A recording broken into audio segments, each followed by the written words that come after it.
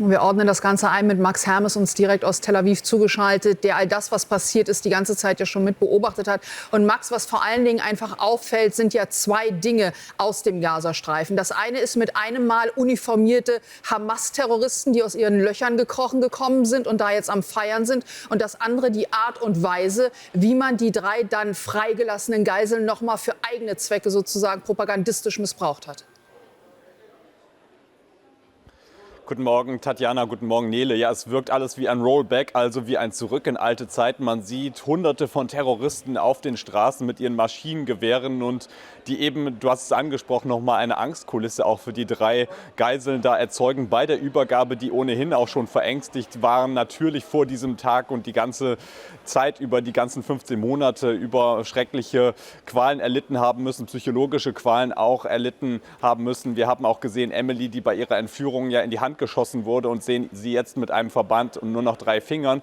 Also das ist schon eine Machtdemonstration und das ist schon auch ein ungutes Zeichen dessen, was jetzt da noch kommen könnte im Gazastreifen, nämlich ein Zurück zum Vorher, dass die Hamas-Terroristen jetzt wieder in den Straßen vom Gazastreifen in Gaza-Stadt zuerst einmal, aber auch in anderen Teilen des Gebietes wieder die Kontrolle übernehmen könnten und da ihre Strukturen jetzt etablieren könnten. Und das ist ja etwas, was Israel ganz dezidiert so verhindern möchte, was auch Netanyahu seinem rechtsextremen Koalitionspartner Bezalel Smotrich, dem Finanzminister, versprochen hat. Also dieser Krieg sei nicht zu Ende. Das hat er auch noch einmal gesagt, um da diese Reihen auch zu besänftigen. Denn die Zerschlagung der Hamas, das bleibt weiter ein Ziel dieser Regierung Netanyahu. Aber das, was wir jetzt da sehen, das spricht dem komplett entgegen. Und das sind auch keine guten Vorzeichen für die weitere Einhaltung, Implementierung dieses Deals, der ja insgesamt 42 Tage dauern soll. Und über diesen Zeitraum werden immer wieder peu à peu Geiseln freigelassen. Also keine guten Vorzeichen.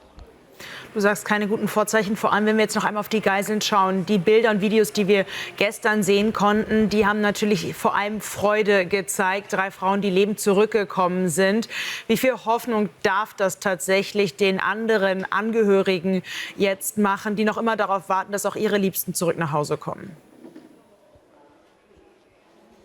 Es macht ihnen erst einmal tatsächlich nicht so wirklich viel Hoffnung, denn auch mit die vielen Angehörigen, mit denen ich mich jetzt im Vorfeld des Deals unterhalten habe, die haben mir immer wieder gesagt, wir glauben erst daran, dass unsere Liebsten wieder zurückkommen nach Israel, wenn sie dann letztlich auch vom Roten Kreuz übergeben werden an die IDF und dann aus dem Gazastreifen gebracht werden. Von daher heißt es jetzt erst einmal gar nichts, dass jetzt 3 Geiseln transferiert wurden und die nächsten dann auch am kommenden Samstag übergeben werden sollen. Aber wir haben auch gestern gesehen, die Waffenruhe, die eigentlich 3 Stunden vorher in Kraft treten sollte. Da ist vieles, was an diesem Abkommen noch brechen kann. Da sind Vereinbarungen, an die sich einerseits die Hamas nicht halten könnte oder andererseits, wenn Israel noch Militäraktionen im Gazastreifen durchführen sollte, könnte die Hamas auch sagen, wir kündigen dieses Abkommen auf. Also es ist total brüchig und das bedeutet eben all die vielen Familien, die Tag für Tag auch auf dem Platz der Geiseln im Zentrum von Tel Aviv zusammenkommen in Teilen, die müssen weiter bangen und die haben weiterhin keine Gewissheit. Die werden jetzt diese ganzen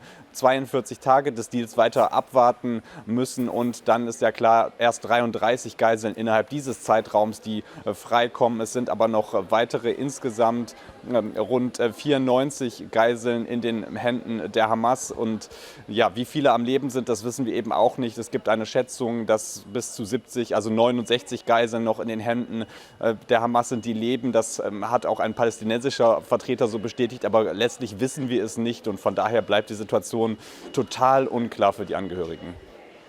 Max, danke schön für all diese Erläuterungen direkt aus Tel Aviv.